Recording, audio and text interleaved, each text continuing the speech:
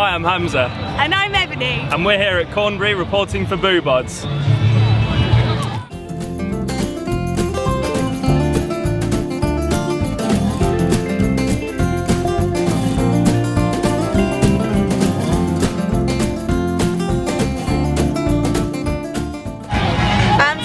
We've just arrived at the festival and we're just checking out the programme to see who is on this evening. We just found out James Arthur's on tomorrow, so really we could do with finding out our main man Blair Dunlop and have a little interview before his set later.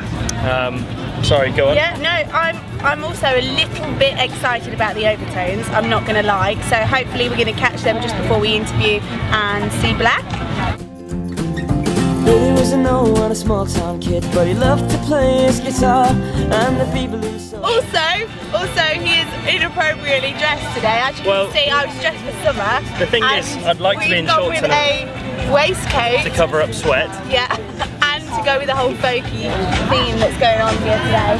As you can see, glorious sunshine. Already got a bit of a tan going on.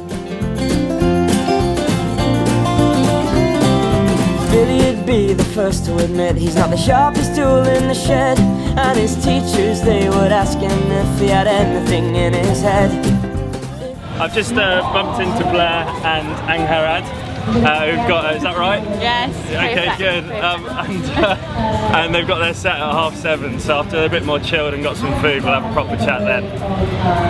We've also just checked out a few of the tents. We came across an interesting stall in which you can try different types of tails. So have a bit of a dress up. We also went into a fairy stall, that was pretty spectacular. We came across this thing called the Disco Shed, which, just let me explain to you, was surrounded by kids playing things and then had Nas and Tupac blaring out. Oh, sorry, my sticker's just on my arm. Oh look! It's I Believe in Fairies.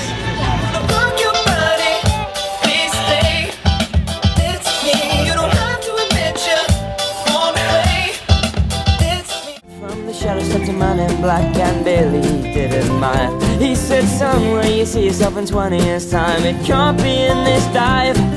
I know people at the top of the tree, you can bring your career to life. We're also checking out the food situation going on here at the moment. Paella's looking good, and goldfish curries. And the Little Higgity Kitchen. And also we've spotted the Hummingbird Bakery just down the road there.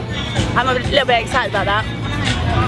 So we're just going to come and see the Overtones, who apparently is Ebony's favourite band. She's pretty spaced out by all this, so let's go and check how she's doing. Playing second string low-key bars, so we picked up his guitar beside him and began to play like never before. And the tune rang out. You want to stand? Yeah, I'm on the stage. I'm like... Oh then, let's go. No. Okay. I'm small though, can I stand on your shoulders? Yeah. Let's do this. I'm so excited!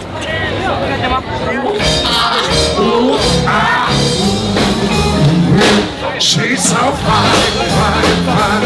She's so fine, fine. She's so fine. She's so fine.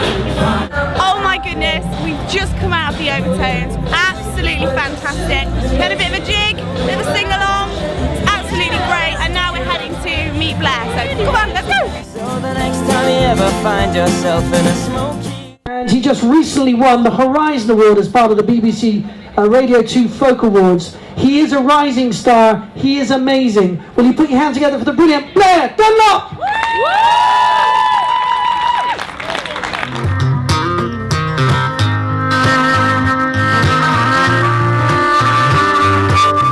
Quick as the crimson pours face down in a Deptford bar, but the slice of fries' blade seems to me to be all too bizarre. Either way, the bill got paid and Marlowe paid his due, and I have swallowed the whole damn lot had I not seen a trick or two.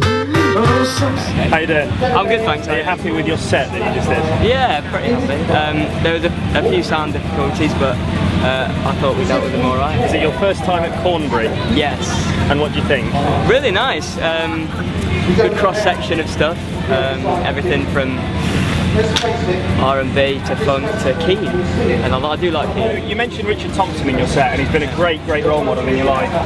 Have you had much chance to work with him, or has he played any part directly into your career? Yeah, I was really fortunate to have Richard give me a song for my last album, a song called Seven Brothers, that didn't make his album, but it is amazing because he's an amazing songwriter. And that was a real honour for me because he is my biggest songwriting hero or influence, bar none. So Blair, you're well on the path to becoming a successful musician, and what I want to know is it something you've envisaged for yourself for your whole life, or did you have other plans as a youngster? Because I know you had a stint in acting as well, so what is it that drove you to choose music? Both my parents are musicians, so music was always in the house, and I think you don't really think about, you'll know I'm sure, you don't really think about things properly until you're, well I didn't until probably late teens, and I just assumed that I would always play music, but I thought I wanted to be a musician, but I never thought about it enough to consider whether I could make a living from it or not. And I took a gap year at the end of school, and by the end of that year I was earning enough to not go to uni.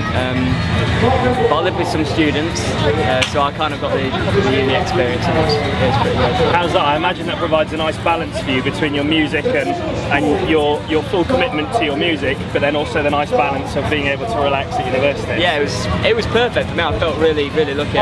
5 of the guys, and we all got on really well, and we were all pretty different, but we got on really well. And you were saying about acting earlier. I think living in Cardiff made me realise that I think I maybe knew before that I was more into music, because acting kind of just came upon me for whatever reason. I was really fortunate to get the break there.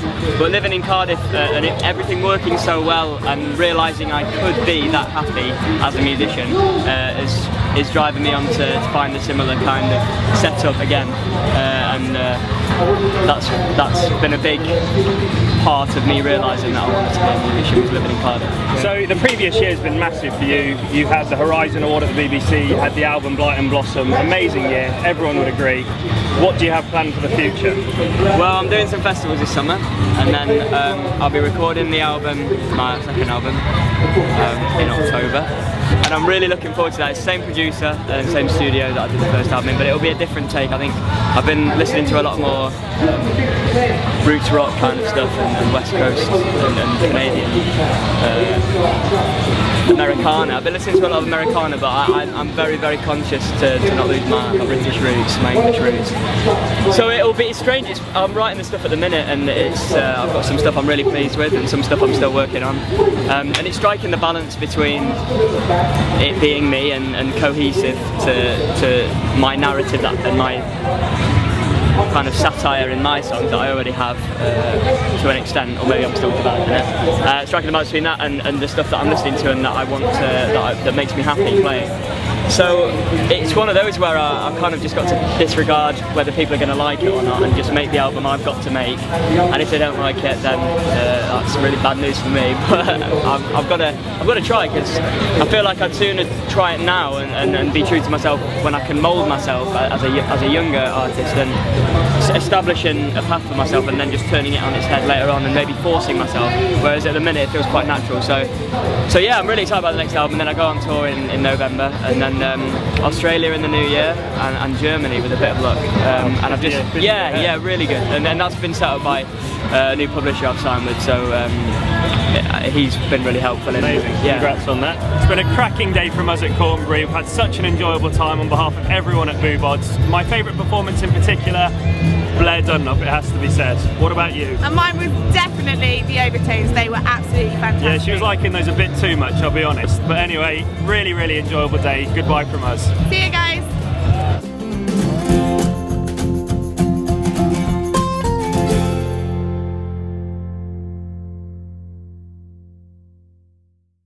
Goodbye. Bye.